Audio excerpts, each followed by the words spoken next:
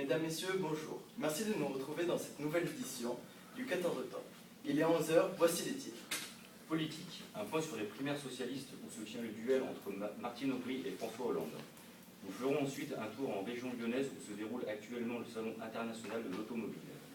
Juridique, un sujet qui touche tous les Français en ce moment, l'influence de la TVS sur les consommateurs. Nous finirons ce journal par l'actualité sportive. Dans cette première partie, retrouvons notre envoyé spécial Maxime Montesinos en direct du Bataclan. Maxime, vous nous recevez? Oui, tout à fait. Merci Aubin. Bonjour à toutes, bonjour à tous. Nous allons nous intéresser à la politique. Comme vous le savez, il y a quelques jours, François Hollande remportait la première partie des primaires socialistes, avec plus de 39% des voix contre 30% pour sa principale rivale, Martine Aubry. Rappelons qu'un débat a eu lieu hier entre les deux finalistes de la primaire socialiste. Martine Aubry appelant les femmes et les jeunes au vote. Quant à François Hollande, nous avons plutôt assisté à un rassemblement. Je vous rappelle également que dimanche se produit la seconde partie des primaires socialistes. Oui, une dépêche vient de tomber. On m'informe que Nicolas Sarkozy se trouve actuellement dans la Creuse pour un déplacement qui n'est officiellement pas lié à sa candidature présidentielle, même si se fait ressentir, de par son discours, l'inverse. À vous les studios. Merci Maxime pour ces informations. Dans un autre point, parlant d'une affaire déclarée classée, Dominique Strauss-Kahn, l'ancien directeur du FMI, accusé de viol sur la journaliste Tristan Panon. Les faits étant vieux plus de 3 ans, ils ne permettent pas l'accusation de DSK, il ne sera donc pas considéré comme violeur, mais comme agresseur sexuel. Tout de suite, une courte page publicitaire avant de retrouver Jérémy Ducas.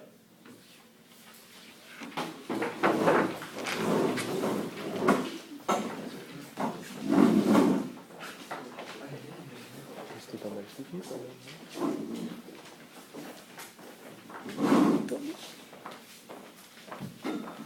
Allez, lui.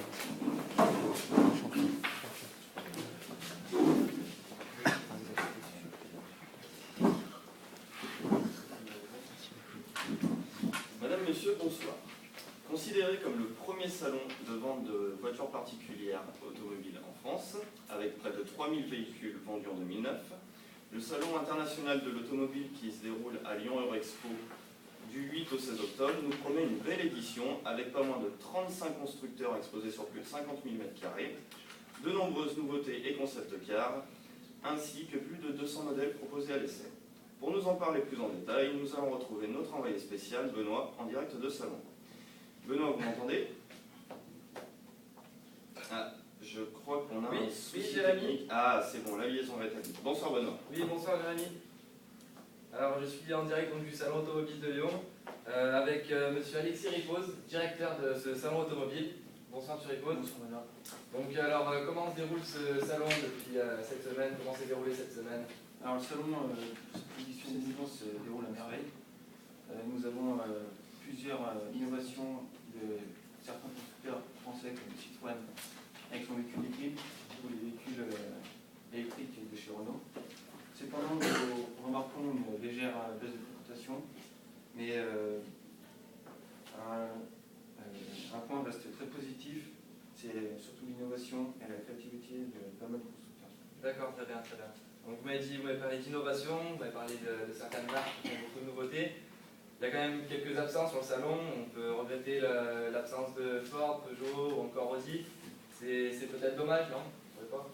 Oui, en effet, certains constructeurs ne sont pas investis dans le salon. Ils ont préféré faire une stratégie commerciale. Pour autant, 80% des constructeurs sont présents ici, nous les remercions. Et on souhaite un agréable fin de salon. D'accord, très bien. Merci M. Ripose, à tout à l'heure. En effet, on peut noter certains absents, ce qui peut faire l'affaire de certaines marques dynamiques comme Smart, dont le directeur va être interviewé par Benoît. Benoît? Oui, alors je suis Jérémy avec monsieur Eric Château, directeur Smart France. Bonjour Eric.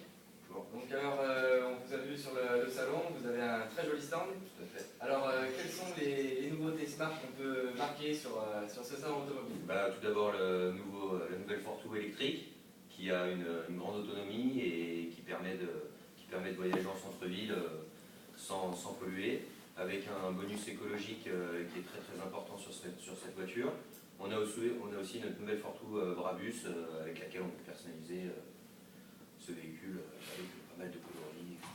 D'accord, d'accord. Avec ces nouveaux produits, vous souhaitez innover pour séduire peut-être une nouvelle clientèle? Tout à fait, tout à fait. D'accord. Quel type de clientèle? Une clientèle dynamique, jeune, avec un pouvoir d'achat assez sympathique. D'accord, très bien. Et en vous mettant à l'électrique avec cette nouvelle Smart, vous préparez peut-être déjà l'avenir chez Smart France? Non, chez Smart, on ne prépare pas l'avenir, on prépare le futur, monsieur. D'accord, très bien. C'est parfait. Et comment vous voyez le futur alors chez Smart? Très bien. On va essayer d'avoir une Smart par foyer dans toutes les grandes villes de France. D'accord. Merci, M. Jaspo. Malgré une baisse de la fréquentation, comme a pu le constater M. Ripose, on retrouve tout de même des passionnés d'automobile, à l'image de Rémi, qui va répondre aux questions de Benoît. Oui, tout à fait, Jérémy. Je suis avec Rémi, donc un client du salon qui est venu faire un petit tour. C'est la première fois que vous venez là, Rémi? Oui, en effet, c'est la première fois que je viens visiter ce salon de Lyon. Très beau salon, de nombreuses marques qui viennent exposer de nouveaux véhicules toujours plus modernes. C'est une belle expérience, ce salon. D'accord, d'accord. Il y a quelque chose qui vous a marqué, des stands qui vous ont marqué plus particulièrement? Alors, le stand qui se démarque un peu plus, que j'ai aimé, c'est le stand Lamborghini, avec bien sûr la Aventador, avec ses 700 chevaux, c'est assez impressionnant. Par contre, le prix m'a vite refroidi, je ne vous cache pas, plus de 300 000 €, c'est vraiment pas dans mon budget.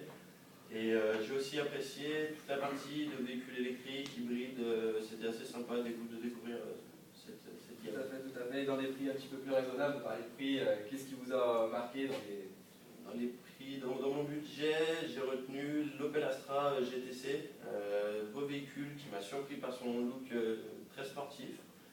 Mais j'ai pas de projet en particulier encore, je suis venu surtout en tant que visiteur. D'accord, très bien. Merci Rémi. Sans transition, nous allons maintenant aborder un sujet qui préoccupe le monde professionnel avec la taxe sur les voitures de société.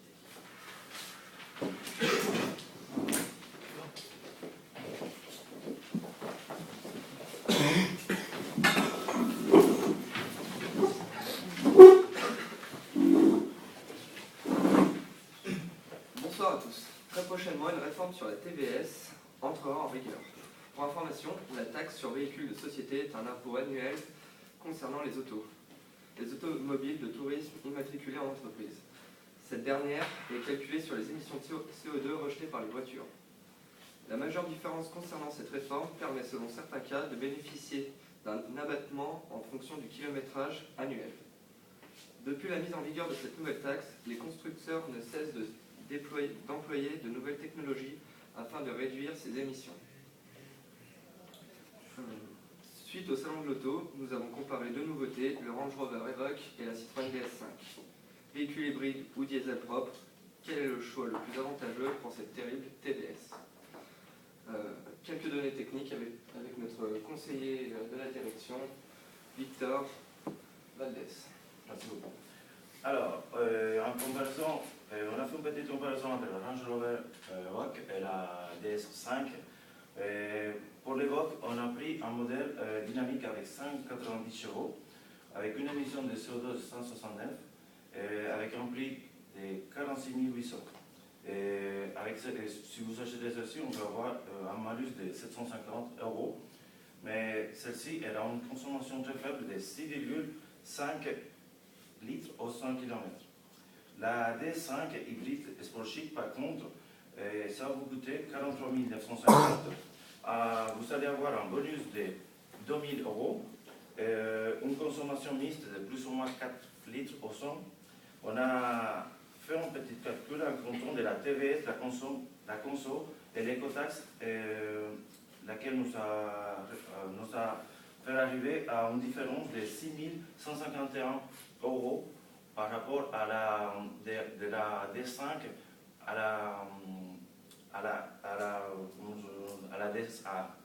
la Range Rover. Alors donc, c'est plus avantageux la rouler en hybride. Initialement, les moteurs hybrides paraissaient très coûteux. Et tout le monde se posait la question s'il était vraiment avantageux de partir sur un moteur hybride. Mais après ce petit calcul qu'on a fait, on a réussi à arriver à la conclusion que c'est plus abordable les moteurs hybrides et c'est plus économique et écologique finalement. passe la parole à mon collègue. Je vous remercie. Donc sans transition sport, je vais laisser la parole au plus sportif de cet événement, François.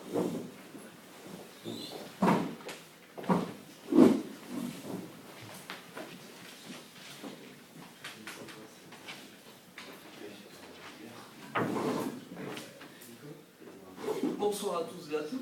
Aujourd'hui, un petit mot de rugby. Suite à notre victoire contre le 15 de la Rose anglais, tout le pays est mobilisé derrière le 15 de France pour son match samedi matin à 7h30 contre le Pays de Galles à Auckland, en direct de la Nouvelle-Zélande. Manu, tu nous reçois? Manu? Oui, François, oui, je vous reçois 1 sur 5.